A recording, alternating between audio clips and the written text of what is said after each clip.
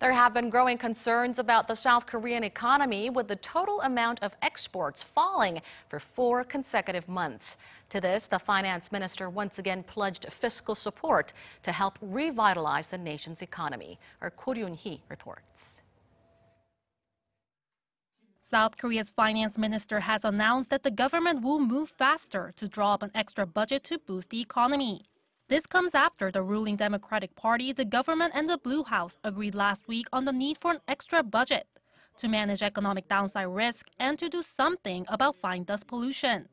The government plans to submit the budget to the National Assembly by April.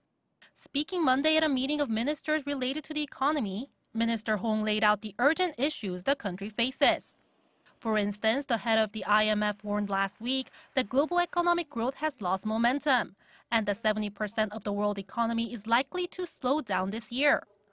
Trade figures aren't looking great either. The WTO announced on the same day that world trade is expected to grow by 2.6% this year, which is sharply down from an earlier forecast of 3.7%. Slower growth will likely hit Korea's export-based economy, so Minister Hong promised to come up with new measures to promote innovation in traditional industries like shipbuilding and autos. And speaking of innovation, the government also announced that Korea will join WTO talks on e-commerce in May or June this year, along with around 70 other countries. This will create international trade norms in the field, which will help boost Korea's exports, especially for small and mid-sized businesses. Ko Roonhee, Arirang News.